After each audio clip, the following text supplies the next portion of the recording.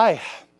So I've just graduated from high school, and I'm looking for the perfect summer job between high school and university. And I'm looking for something, dignified, something that's going to impress everybody. And I look through the classifieds, and I find it. Singing telegrams. I arrive at the office of Big One Fantasy, and the place is filled with helium balloons and helium tanks and these big oversized cartoon animal heads. I'm in love. The guy behind the desk looks a little like Jimmy Cagney. And I walk in and he says, "Who are you?" "Mark." "Great. Have you ever been a gorilla before?" "No." "Okay, we need a gorilla downtown in 15 minutes. Here's what gorillas do." And he jumps around the other side of the desk and starts jumping around like this. Woo, woo, woo, woo, woo, woo, woo. And he says, "Now, if you really want a big laugh, sniff someone's pant leg. Kills every time. And if you see a bald guy, rub the top of their head for luck." They love that. Crowds love that. And better yet, if they're bald, put their glasses on top of their heads. The crowd will go wild. Now, just remember one thing you cannot forget under any circumstances: gorillas do not talk. Okay, so here's your balloons. Go sing "Happy Birthday" to Gus. But I can't talk. Yes, but I can sing yes. So I grab the balloons, I get into my car. I race downtown to the Hyatt Regency Hotel. I hide in the bathroom, change into my gorilla costume. I go out with the balloons, the ballroom, and I'm supposed to sing "Happy Birthday" to Gary. And I go, and there's Gary, and I hit the trifecta. He's bald, and he has glasses. I jump around the room like this. Woo, woo, woo, woo, woo. I sniff a bad leg. See? I rub him on the top of the head. "You're safe, I only have 6 minutes." I take off the glasses. I put them on the top of the head. Crowd goes wild. I get back to Big One Fantasy. There's one person who's not going wild.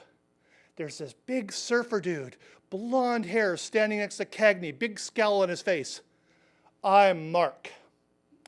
Turns out I was not the Mark they were looking for. This Mark was an experienced gorilla, and this was Cagney's first day at work. It was his only day running the office. So he thought that I was the Mark who was supposed to be the gorilla. Nope, just same name. So a star was born because Gary loved me, and so was a rivalry. And so for the rest of the summer, Mark and I went after all the same jobs, did all the same jobs. I was a gorilla, I was a bunny rabbit, I was a chicken, I was a bear, I was a Valentine. Oh, one thing I should remind you of, one thing I should let you know, chickens get no respect. Every single time I dressed as a chicken, somebody punched me or kicked me. Don't know what it is about chickens.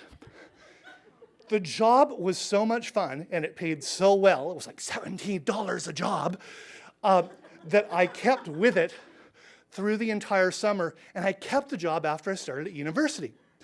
And that meant I was still there when it was time for the Stanley Cup of the costumed animal biz, the World Series, Christmas. Now, this was a few years ago, and back then I weighed maybe 170 pounds soaking wet in a gorilla suit. So I was not going to get to play the big guy. So at my first Christmas gig, I show up at the Bayshore Hotel, and I'm told I am Frosty the Snowman. Okay, so I get the Frosty suit, and I'm told just before I go up by Cagney, snowmen can talk. Excellent. So I put on the Frosty suit. I go out into the Bayshore Ballroom. It's this like special Christmas event for this really big corporation. A bunch of rich kids gonna get everything they want for Christmas, possibly from our Santa Claus. So I walk out there as Frosty, and this little kid comes up to me and goes, "Hey, Frosty, sing us the Frosty song." Now, I haven't heard the Frosty song since I was his age, so I think I've got an idea. I've got a way out of this. Why don't we sing it together? "No, you're Frosty, you sing the song." Now we're starting to gather a crowd. "Frosty the Snowman is a very jolly soul with a corncob pipe and a button nose and 2 eyes made out of coal." Yes! Keep going. "Frosty the Snowman was a really happy guy with a carrot nose and a stovetop hat, and 2 corn cobs for his eyes. Then one foggy Christmas Eve, Santa came to say, Frosty, with your nose so bright, would you guide my sleigh tonight? I get a couple of choruses of, that's not Frosty, and the kids all leave for Santa Claus. So I'm a little nervous when I hear that I've got another Christmas gig. And this one is at Kingsgate Mall, which at the time was a pretty downscale mall, east side of Vancouver. And this was a place the kids were not going to get what they wanted for Christmas. And I show up, and I'm excited. I've learned the Frosty song. Except when I get there, I'm told, you're Rudolph the Red-Nosed Reindeer. Good news, I knew that song too. So I'm just about to go out when Cagney comes up to me and says, reindeer don't talk. Santa doesn't want to be upstage today. Okay, put on the reindeer head and discover one other thing. Reindeer can't see. Reindeer have no peripheral vision whatsoever. So I've got my reindeer head on and I stagger out into the mall and I stagger and somehow I find my way out to Santa's village. And just as I arrive there and I'm kind of getting the lay of the land, I feel something grab my leg. And I look down and there is this like little 4-year-old ball of adorableness looking right up at me going, Rudolph, what am I supposed to do? I can't talk. I can't move without taking this kid down. The only thing I can think of is I get down on my knees really, really slowly and let the kid hug me. So he's giving me this big hug, and then he lets go, and just as he's starting to leave, another kid runs up and hugs me. And then another kid runs up and hugs me. And another kid. And I am being swarmed by little kids who are all just at that age when they believe in Santa Claus and believe in reindeer just to be safe. Now, I'm feeling amazing. I'm just flying when I get back to the dressing room.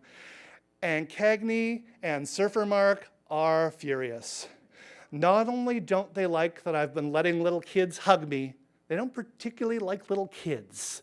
So after I have been yelled at about what I've been doing, after I've basically promised I will never let anyone else hug me ever for as long as I live, the manager of the mall comes into the dressing room and he's shouting, "Where's Rudolph?" I know what this means. I am so fired. I am so dead. The other 2 guys stare at me. Hi. Get back out there right now. All the little kids are asking for Rudolph. So I put on my Rudolph head and I wandered back out into the mall to Santa's village, and I got down on my knees and had little kids hug me all day long. And that afternoon, I knew just what it was like to be Santa Claus.